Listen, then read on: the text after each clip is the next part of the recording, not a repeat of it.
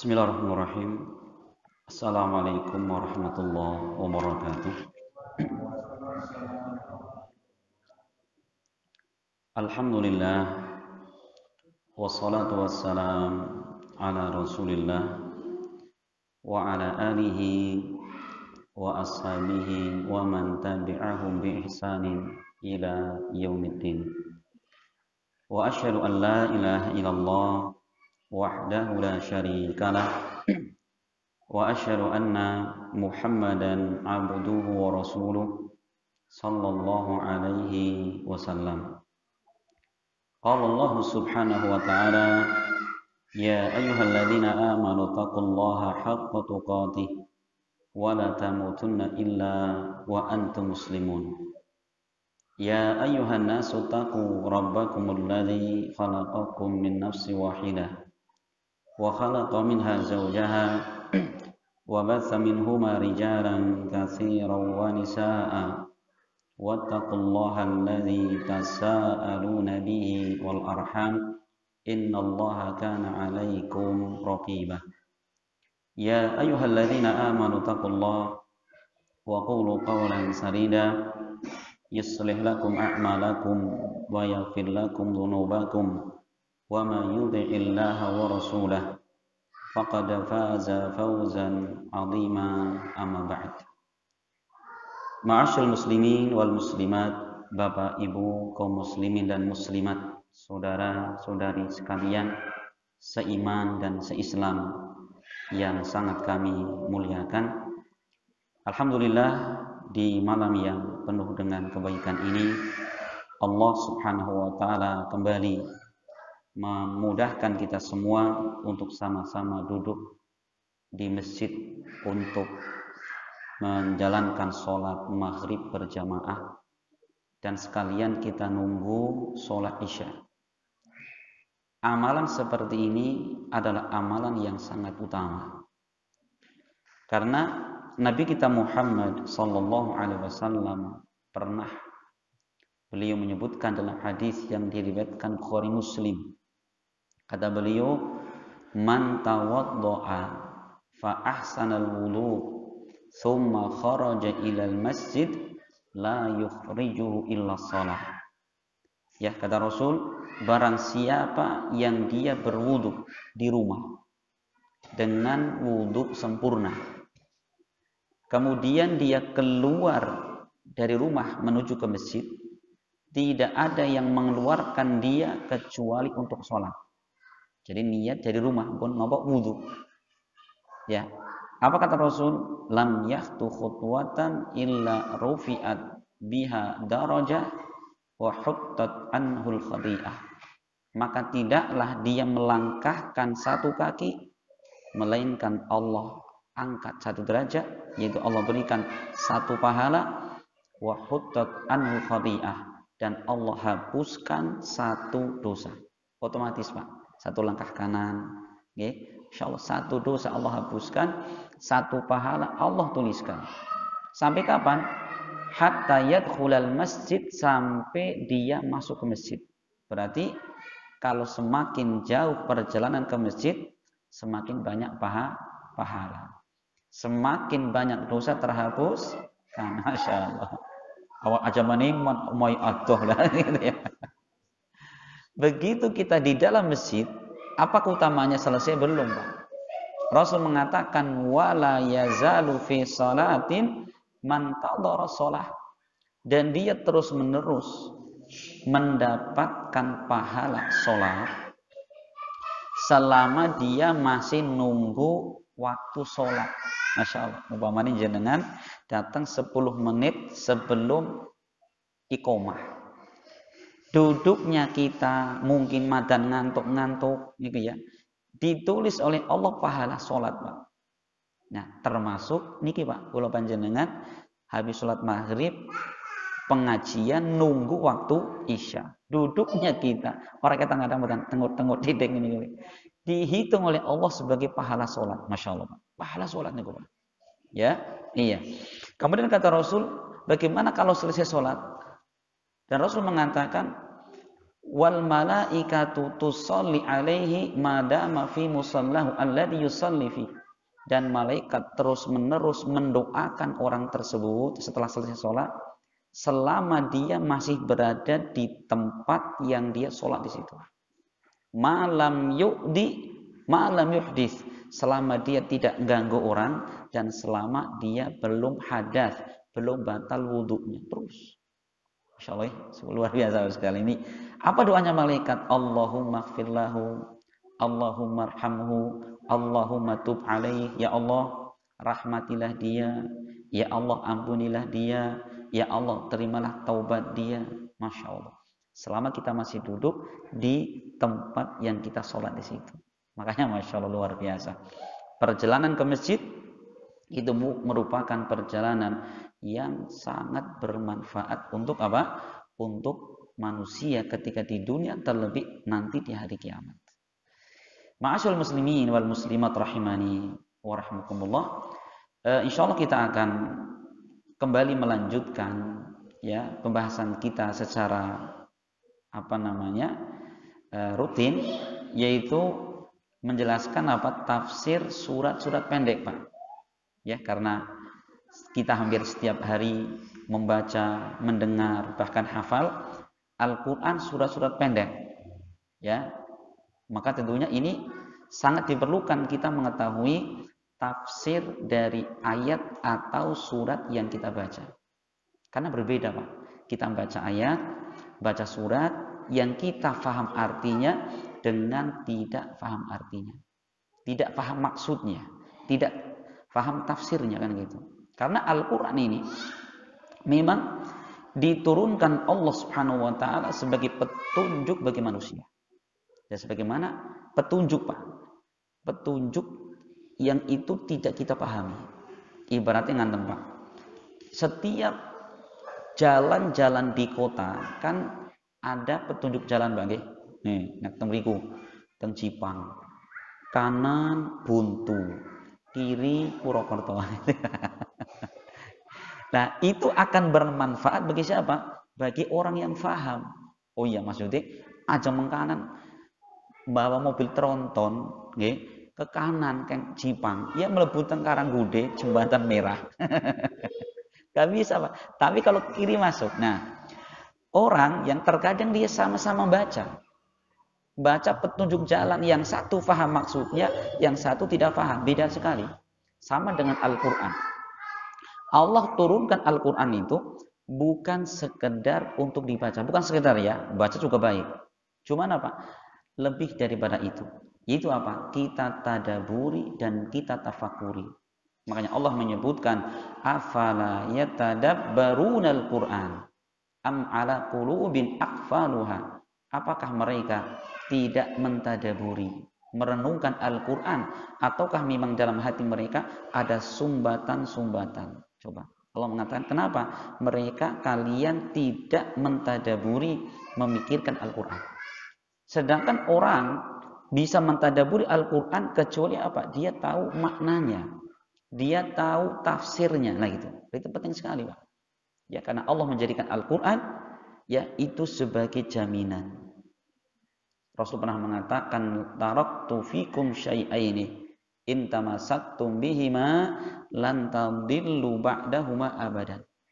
Aku tinggalkan di tengah-tengah kalian dua perkara yang apabila kalian berpegang teguh dengan keduanya, maka tidak akan pernah tersesat selama-lamanya. Apa itu?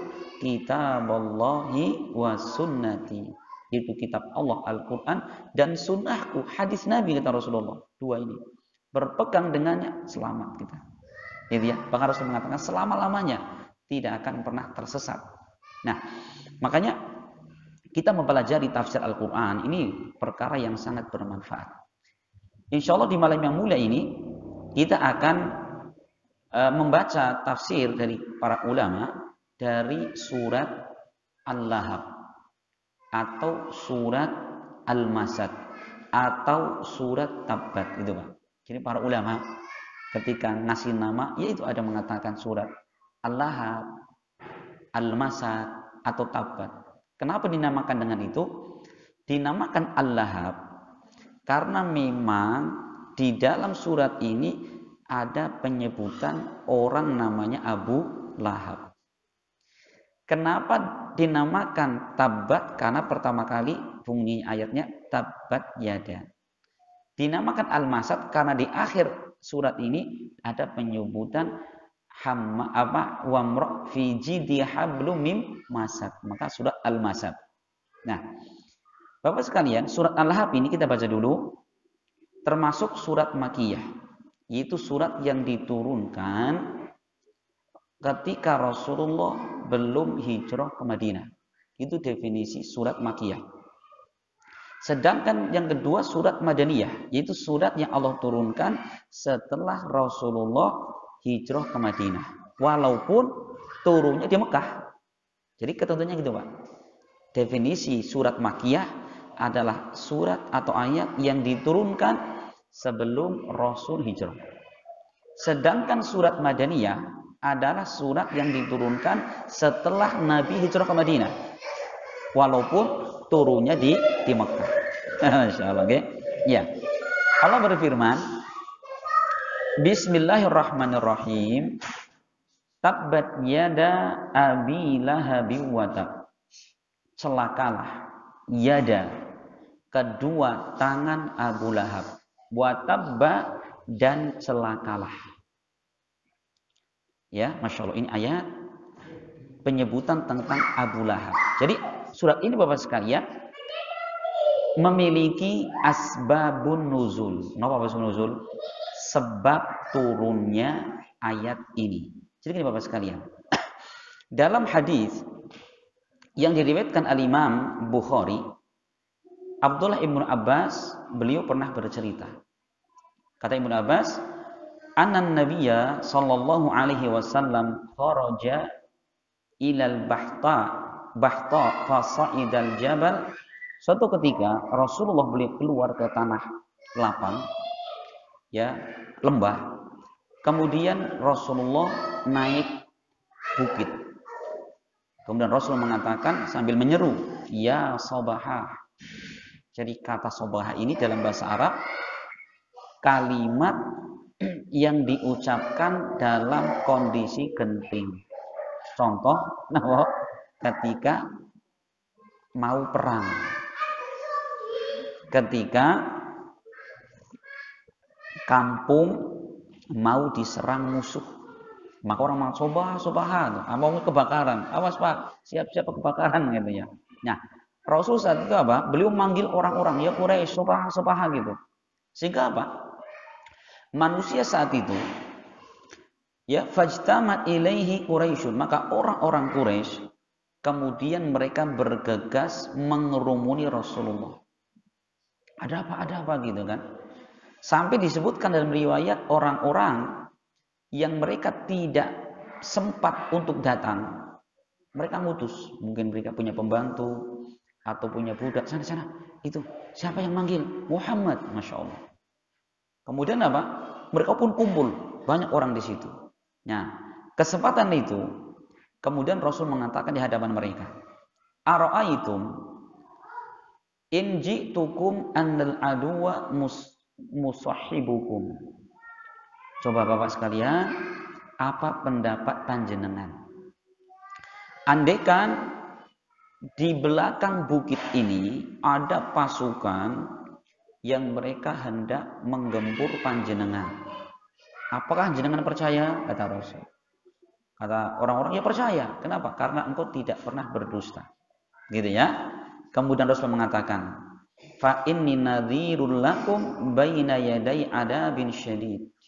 Sesungguhnya aku datang ke sini untuk memperingatkan kepada kalian tentang siksaan Allah yang maha dahsyat. Tiba-tiba Abu Lahab marah, Pak. Angkat tangannya seraya mengatakan, alihada jamak tanah, untuk urusan ini kamu ngumpulin kami wahai Muhammad. Tabban laka, celaka ya Muhammad. Dalam riwayat sambil gini Pak, dimasuk tangan, celaka ya Muhammad. Ngancam Rasulullah. Ya. Dalam riwayat lain yaitu dikatakan bahwa ketika Rasul berbicara seperti itu, ya, Itu apa? Abu Lahab ini berada di belakang Rasulullah. Ya, begitu Rasul mengatakan, ayo ucapkan la ilaha illallah, niscaya kalian beruntung. Gitu ya. Maka apa? Abu Lahab terus mengikuti Rasulullah kemanapun berjalan sambil mengatakan innahu sabiun kadzibun. Dia itu anak kecil yang pendusta. Gitu. Abu Lahab di belakang Rasul ini. Terus ngomong seperti itu. Akhirnya apa? Akhirnya Allah Subhanahu wa taala turunkan ayat ini, yaitu Allah mengatakan tabbat iyada abi lahabi wa tab. Ya, tabbat yada di situ maknanya kata Ibnu Katsir adalah doa. Ya, semoga celaka kedua tangan Abu Lahab wa tabba, dan memang sudah celaka Abu Lahab. Ini Pak. Jadi tabbat yang pertama kata Ibnu Katsir maknanya adalah doa kejelekan untuk Abu Lahab. Semoga Abu Lahab celaka. Wa tabba, dan memang sudah celaka. Siapa Abu Lahab ini, Pak? Abu Lahab adalah pamannya Rasulullah. Coba, ini pamannya Rasul. Ya. Yang nama aslinya Abu Lahab itu, nama aslinya adalah Abdul Uzza ibn Abdul Muttalib. Namanya hambanya Uzza. Siapa Uzza? Uzza itu berhala, Pak. Memang dari sononya namanya udah itu. Udah syirik kepada Allah ini. Hambanya Uzza. Uzza kan patung gitu ya. Iya. Abdul Muttalib, putranya Abdul Muttalib. Jadi itu adalah kakaknya Abdullah, bapaknya Rasulullah. Pamannya Rasul Abu Thalib itu. Abu Lahab ini, Masya Allah. Kenapa dinamakan Lahab? Ya, kenapa dikatakan kemudian Abu Lahab? Karena Lahab maknanya karena apa? Wajahnya yang berseri, wajahnya yang begitu cerah gitu, Pak. Dan nama aslinya itu adalah Utbah. Jadi Utbah kemudian panggilannya Abu Lahab. Kenapa dinamakan Abu Lahab? Karena wajahnya sangat bercahaya gitu, Pak. Masya Allah. Dikatakan Abu Lahab. Jadi Abu Lahab namanya Utbah. Putranya siapa? Putranya Abdul Muttalib. Abdul Muttalib namanya siapa? Abdul Muttalib nama aslinya adalah Syaibah.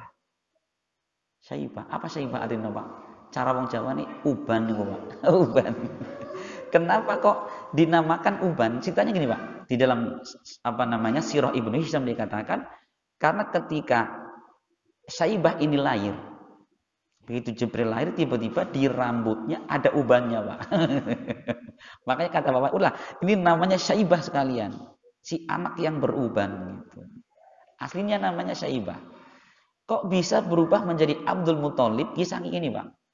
Ketika Syaibah ini di masa kecilnya, ya, itu sering diajak bapaknya berdagang ke luar negeri, ke luar kota. Kan tinggal di Mekah, kadang diajak ke Yaman, diajak ke Madinah, diajak ke Syam gitu, Pak. Jadi kemana-mana. Ya wong zaman dulu nggak ada pakai mobil AC, Pak ya. Jadi anak kecil dolanan bainang pasir. Akhirnya hitam, Pak.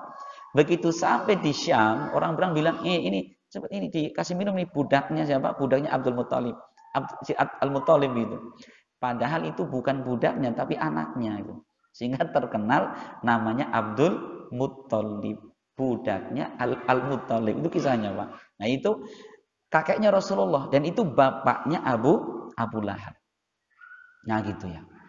Masya Allah, ini maka berat sekali, Pak ya. Ini yang memusuhi siapa? Pamannya sendiri.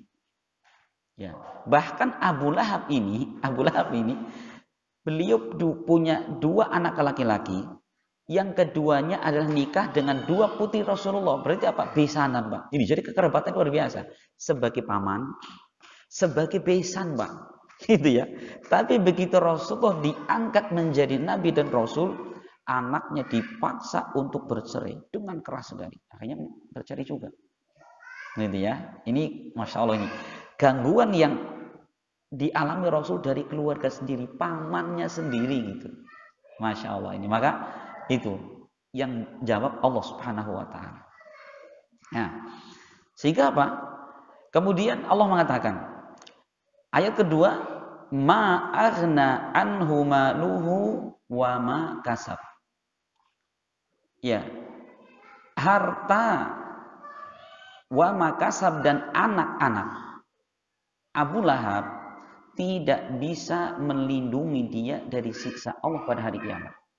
Ma'aghna tidak bisa melindungi dia harta wa ma kasab diartikan ditafsirkan oleh Abdullah ibn Abbas yaitu anak-anaknya, harta dan anak-anaknya Abu Lahab sedikit pun tidak bisa bermanfaat. Karena Bapak sekalian, kenapa Allah menyebutkan hartanya Abu Lahab, anak-anaknya Abu Lahab tidak bermanfaat pada hari kiamat? Karena Abu Lahab pernah mengatakan, gini Pak, pernah mengatakan, in kana ma yaqulu ibnu akhi haqqun, jika yang dikatakan keponakanku yaitu Muhammad adalah kebenaran, fa inni aftadi nafsi yaumal qiyamah minal adabil alim bimali wa waladi, maka saya akan menebus siksaan Allah yang maha dahsyat dengan harta dan anak-anak yang aku miliki. Ini kata siapa? Kata Abu Lahab. Nantang gitu Pak. Wes Muhammad, kalau kamu yang dia bapak kamu benar, tenang saja.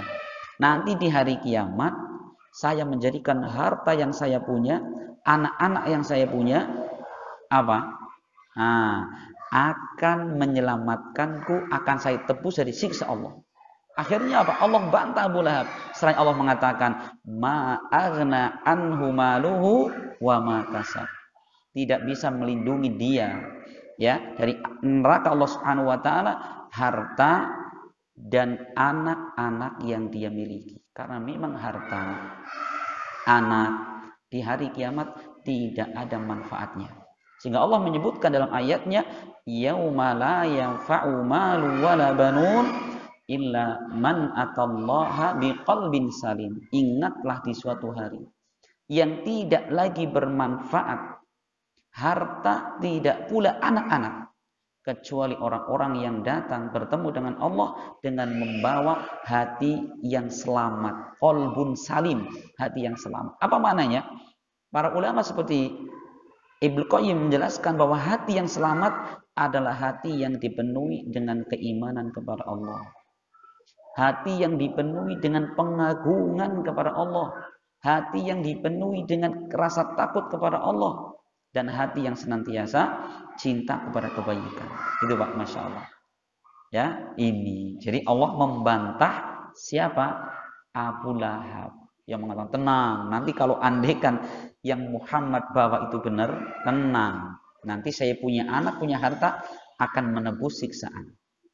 Dan Allah mengatakan ayat berikutnya, sayasla naran dzata lahab. Abu Lahab ini akan masuk ke dalam neraka yang memiliki lahab, memiliki gejolak. Itu apa? Api yang akan mengepung Abu Lahab. Coba Bapak sekalian ya, Allah mengancam Abu Lahab dengan api neraka. Makanya apa? Termasuk akidah seorang muslim adalah meyakini bahwa ada di sana orang-orang yang sudah Allah pastikan masuk neraka. Siapa di antaranya? Abu Lahab. Itu Pak. Coba lagi. Fir'aun. Itu ya. Abu Jahal kan itu Pak ya. Adapun kalau orang-orang yang belum Allah pastikan mereka surga atau neraka, kita tidak boleh memastikan Pak. Tapi kalau Abu Lahab, wajib kita yakini tempatnya di neraka. Kenapa? Allah yang mengatakan Abu Lahab akan masuk neraka yang apinya akan apa? Akan ngepung mereka. Maka nggak mungkin akan bisa keluar. Maka nggak mungkin akan bisa keluar. Ya. Karena Bapak sekalian, siksaan neraka itu bukan siksaan yang ringan. Orang mau sabar, tidak mungkin sabar. Orang bakal sabar Pak. Kenapa? Karena Rasul pernah menyebutkan Bapak sekalian, bagaimana dahsyat dan panasnya neraka. Rasul pernah mengatakan, narukum alladhi yuqidu ibnu Adam juz'an min sab'ina juz'a nari jahannam. Rasul mengatakan, api yang biasa dinyalakan oleh manusia di dunia ini baru satu bagian dari 70 bagian panasnya api neraka. Bahasa lain, panasnya api neraka 70 kali lipat. Ya. Jadi kalau api yang kita nyalakan kompor, nopo tungku itu baru satu bagian. Jahanam 70 kali lipat. Andaikan api kompor misalkan 100 derajat, berarti api neraka pinten Pak? 7.000 derajat. Naudzubillah ya. Makanya apa kata Rasul? Ya.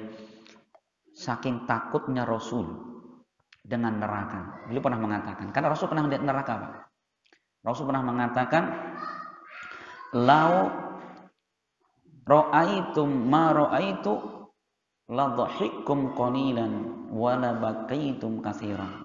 Wahai para sahabat, andaikan kalian pernah melihat seperti yang aku lihat, niscaya kalian akan sedikit tertawa dan banyak menangis.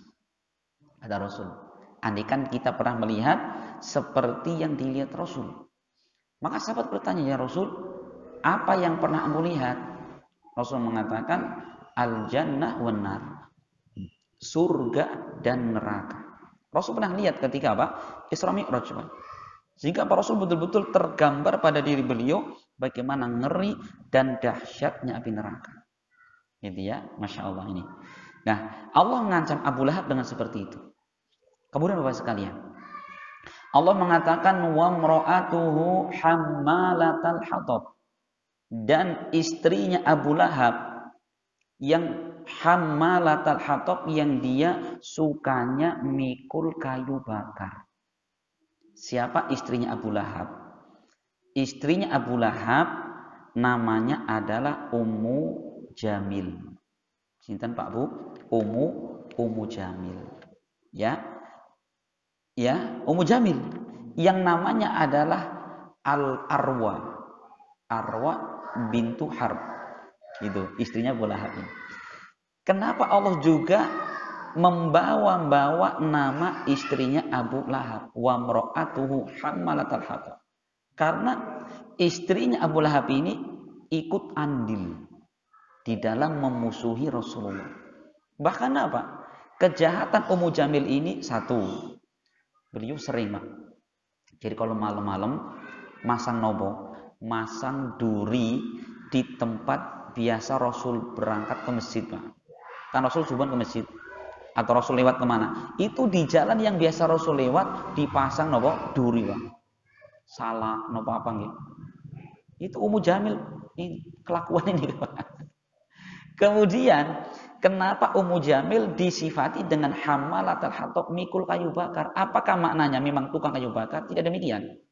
Kata para ulama tafsir bahwa Ummu Jamil ini kerjaannya adalah mengadu domba. Oke. Jadi menyulut api permusuhan dan kebencian. Gitu, Pak. Jadi datang ke sini jelek-jelekin Rasulullah, datang ke sini jelek-jelekin orang-orang Islam, terus itu kerjaannya. Yang tadinya orang baik sama Rasul, akhirnya benci sama Rasul. Orang yang tadinya baik sama kaum muslimin, akhirnya memusuhi kaum muslimin. Itu kerjaan siapa? Istrinya Abu Lahab. Nah, gitu ya, wa mra'atu hammalatal hatab. Ini, makanya hati-hati, Pak. Bahwa orang yang suka mengadu domba, hati-hati. Ini sifatnya Ummu Jamil, istrinya Abu Lahab. Karena tadi kenapa kok Allah gambarkan seperti orang mikul kayu bakar? Nah, karena kayu bakar itu fungsinya adalah membakar. Kalau kayu bakar membakar kayu untuk masak, tapi kalau namimah adu domba membakar emosi dan kemarahan serta permusuhan. Gitu. Mirip. Makanya ngadu domba itu termasuk dosa besar, Pak. Dosa besar. Kenapa? Karena diancam dengan siksa di alam kubur. Hati-hati, Pak. Dalam sebuah hadis yang diriwayatkan Imam Bukhari, ya, Abdullah ibn Abbas pernah mengatakan, kata Ibn Abbas, Bukhari Muslim, Ibn Abbas mengatakan, marra Rasulullah biqabraini. Suatu ketika Rasulullah melewati 2 buah kuburan di kota Madinah. Ada 2 kuburan. Kemudian Rasul mengatakan, innahuma la yu'adzabani wa ma yu'adzabani fi kabir. Sesungguhnya kedua penghuni kubur ini sedang disiksa Allah. Dari mana Rasul tahu? Apa Rasul tahu para gaib? Tidak. Rasul mendapatkan berita dari Allah melalui Jibril. Gitu, Pak. Ya, Jibril mengkabarkan kedua penghuni kubur ini Allah siksa. Tidaklah keduanya disiksa dengan dosa yang dianggap besar. Aslinya dosa besar cuma diremehkan. Apa dosanya? Satu kata Rasul. Amma ahaduhuma kana yamshi bainan nasi bin namimah. Adapun yang satu ini, dia terbiasa ketika di dunia ini suka apa? Jalan ke sana kemari dengan mengadu domba. Apa ngadu domba itu? Kata para ulama, naklul kalam li ajlil ifsad, yaitu nukilkan ucapan orang tujuannya untuk merusak hubungan. Misalkan A sama B, ya lagi baik-baik Pak, akrab. Tiba-tiba si C ini datang misalnya si B, Bu, apa jenengan saya gelem situlan karo buka. Bu, itu tuh utangnya akeh. Wis macam-macam. Orang gini-gini. Akhirnya si B ini benci, tidak mau berteman dengan si A. Itu namanya namimah. Hukumnya haram, dosa besar nih Pak, gitu ya. Iya, Rasul mengatakan itu yang pertama, yaitu kerjaannya suka mengadu domba. Makanya hati-hati. Wa amal akharu, adapun yang satunya ini, kana la yastanzihu minal baul. Wa fi riwayatin la yastatiru minal baul. Dia tidak menjaga diri dari percikan air kencing. Ini gua. Pipis boten hati-hati. Akhirnya apa? Air kencingnya netes atau nyiprat ke pakaian. Salat yang boten sah. Gimana? Nah, orang ini enggak hati-hati sembarangan. Di dalam riwayat yang lain la yastatiru minal baul, yaitu dia ketika buang air kecil tidak nutup diri dari pandangan manusia. Pipis di tempat umum, nang pinggir jalan gitu. Nah, ini Mas. Itu di antara sebab mendapatkan siksa di neraka. Nauzubillah ya. Nah, karena kedua dosa ini diancam dengan siksa di alam kubur, kata para ulama, ini menunjukkan dosa besar. Hati-hati nih. Cuman dosa yang diremehkan. Apa tadi yang pertama? Mengadu domba. Hati-hati Pak. Masya Allah.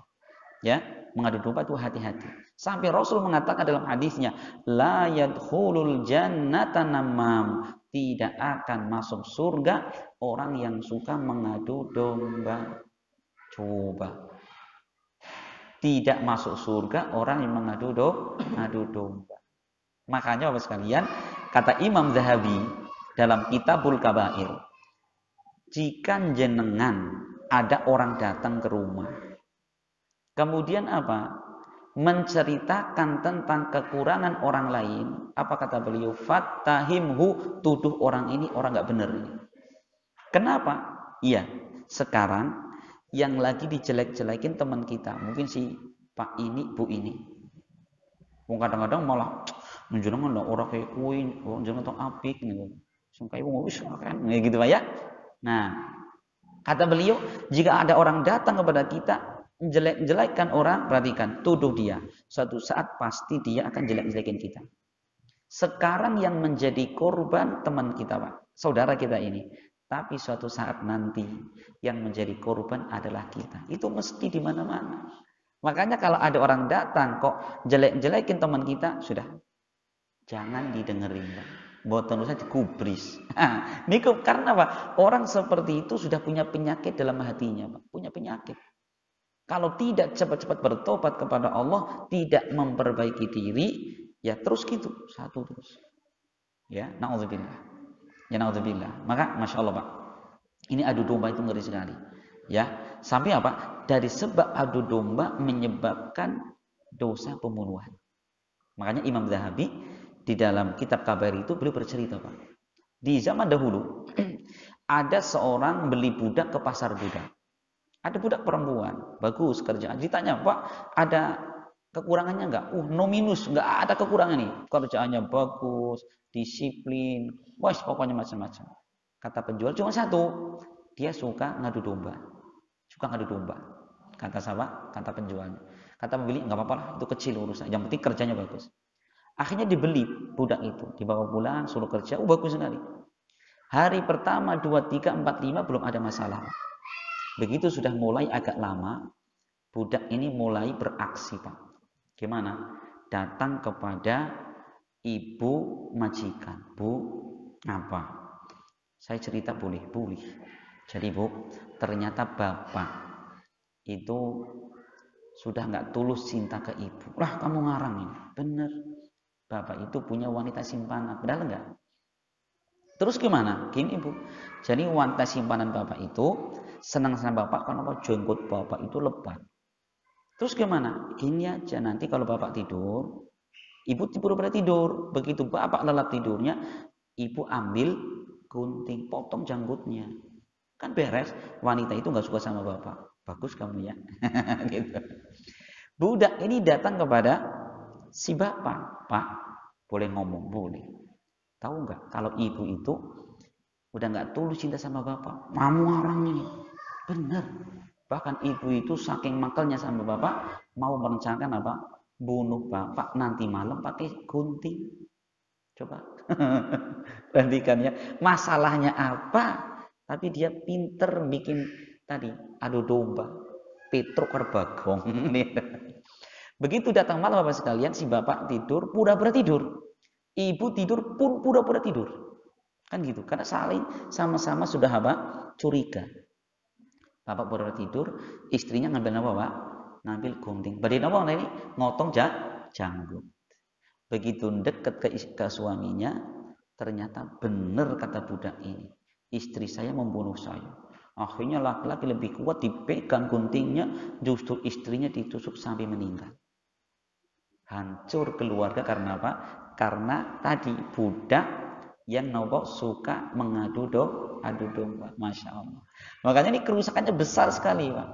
Besar sekali kerusakan itu. Bisa bikin keluarga rusak dan bubar, bisa bikin persahabatan berubah menjadi permusuhan, bahkan menjadi saling terjadi pembunuhan. Apa sebabnya? Namimah. Adu domba. Nah, istrinya Abu Lahab punya sifat seperti itu. Wa mra'atuhu hammalatal hatab. Maka apa? Jauhi sifat seperti ini. Ya, kalau gaul kok ngomongna wong, nuwun sewu, gitu ya. Cari kesempatan yang lain. Allah mengatakan, dan Bapak sekalian, jadi Ummu Jamil ini, subhanallah, bencinya dengan Rasul. Bahkan apa? Ketika mendengar telah turun surat Al-Lahab ini, Ummu Jamil langsung apa? Ngambil batu, Pak, sebungkah batu. Mungkin semantan Pak. Pokoknya di bawah gitu. Untuk apa? Untuk memukulkan batu ke wajah Rasulullah. Gitu, dikisahkan. Akhirnya Pak datang ke depan Ka'bah. Sambil marah-marah, cing-cing itu Ummu Jamil bawa batu ya, Pak. Mana Muhammad gitu. Rasulullah SAW sedang duduk bersama Abu Bakar As-Siddiq. Duduk berduaan. Maka Abu Bakar melihat Ummu Jamil datang. Maka Abu Bakar mengatakan, "Ya Rasulullah, laqad akbalat wa ana akhafu 'alaika antara." Rasul, Ummu Jamil sedang datang ya menemui engkau dan aku khawatir dia menyakiti engkau. Apa kata Rasul? Ya, ternyata apa? Begitu Ummu Jamil datang, bilang sama Abu Bakar, "Abu Bakar, mana saudara kamu ini?" Ya, katanya sudah turun ayat yang nyindir saya dan suami saya. Nih kalau saya ketemu, dan Rasul di samping Abu Bakar itu Pak, berduaan duduk. Nanti kalau saya ketemu orangnya, saya pukulkan batu ini ke mukanya. Itu. Alhamdulillah, kata Ummu Jamil. Begitu Ummu Jamil pergi, Abu Bakar bertanya, Rasul, tadi Ummu Jamil nggak lihat engkau? Maka Rasul mengatakan, innaha lantaroni. Sesungguhnya dia tidak melihat aku. Ya, kemudian apa? Karena Allah telah menjagaku. Kemudian beliau mengatakan, wa idza qara'tal qur'ana ja'alna bainaka wa bainal ladina la yu'minuna bil akhirati hijaban mastura. dan apabila engkau membacakan Al-Quran, kami jadikan antara engkau dengan orang-orang yang tidak beriman dengan hari akhir hijaban masturo, pembatas yang menutupi, sehingga tidak melihat Rasulullah. Padahal Rasulullah di hadapan matanya Ummu Jamil. Badina gepluk sirahnya Rasulullah, subhanallah ya. Itu saking bencinya Ummu Jamil kepada Rasulullah. Makanya pantas Allah mengatakan, dan juga istrinya Abu Lahab yang suka mikul kayu bakar. Fi jidiha hablum mim masad, yang ada pada lehernya tali dari sabut, serabut pelepah kurma, Pak. Jadi digambarkan bahwa Ummu Jamil juga masuk neraka bersama dengan suaminya. Berarti Bapak sekalian, kita ambil di situ. Ya, Allah mengatakan wa mra'atuhu, dan istrinya Abu Lahab. Kata para ulama, perhatikan, ini diantara pendalilan dari ayat ini, yaitu bahwa orang yang menikah di masa jahiliyah sebelum mereka Islam, maka selama pernikahannya itu terpenuhi syarat dan rukunnya, maka maka ikatan pernikahannya masih berlaku setelah mereka masuk Islam. Andai mereka masuk Islam. Buktinya di sini, Pak. Ya, Abu Lahab dengan istrinya Ummu Jamil pas nikah dalam keadaan musyrik mereka kan. Tapi Allah masih mengatakan dan dia sebagai istri sahnya. Makanya kata para ulama, andai kan misalkan ada satu keluarga, dia non muslim, dia menikah. Yang nikahnya ada ijab kabulnya, nikahnya ada saksinya, gitu ya. Kemudian keduanya masuk Islam, apakah kemudian disyaratkan mereka ngulang nikahnya? Jawabannya tidak. Nikah di masa lalu masih berlaku selama pernikahannya itu adalah dengan syarat ditunaikan. Kecuali kalau misalkan tiba-tiba kumpulan kumpul kebo cara Jawa. Nah itu kalau masuk Islam ya ngulang nikahnya lagi. Ini Bapak sekalian, alhamdulillah kita selesai ya menjelaskan tentang surat Al-Lahab. Luar biasa ini. Ini surat yang kalau kita mengetahui bagaimana sebab turunnya, bagaimana Rasul saat itu dicaci maki, dimusuhi, bahkan sempat mau dilempar pakai batu, ya, maka luar biasa bagaimana perjuangan Rasulullah Shallallahu Alaihi Wasallam ketika beliau menyampaikan agama Islam. Sedangkan kita, masya Allah, Pak, tinggal menerima kanan kiri kita seorang Muslim yang ibaratnya kita mau beramal apapun nggak ada yang musuhin. Gari gelem napa mboten kula panjenengan, ngaten nggih? Masyaallah. Tapi di zaman Rasul masyaallah, Pak, orang mau masuk Islam, mau sholat, ancamannya luar biasa. Makanya kita harus bersyukur kepada Allah ketika Allah dilahirkan, ya Allah lahirkan kita ini di lingkungan yang alhamdulillah mayoritas bahkan mungkin semua seorang muslim. Ya, hendaknya kita bersyukur dan hendaknya kita manfaatkan nikmat ini sebaik-baiknya. Semoga bermanfaat dan semoga Allah Subhanahu wa taala memberikan kepada kita ilmu yang bermanfaat, ilmu yang semakin memberikan rasa takut kita kepada Allah, ilmu yang semakin meningkatkan dan menguatkan iman serta ketakwaan kita kepada Allah Subhanahu wa taala. Dan semoga kegiatan kita kali ini adalah kegiatan yang akan semakin memperberat timbangan amal kebaikan kita di sisi Allah Subhanahu wa taala. Kita bermohon kepada Allah, semoga Allah menerima segala amal soleh kita, mengampunkan segala dosa dan khilaf kita, serta semoga Allah memasukkan kita semua bersama dengan keluarga dan orang-orang yang kita cintai ke dalam surganya kelak. Amin. Dan kita akhiri, subhanakallahumma bihamdik, asyhadu an la ilaha illa anta astaghfiruka wa atubu ilaik. Assalamualaikum warahmatullahi wabarakatuh.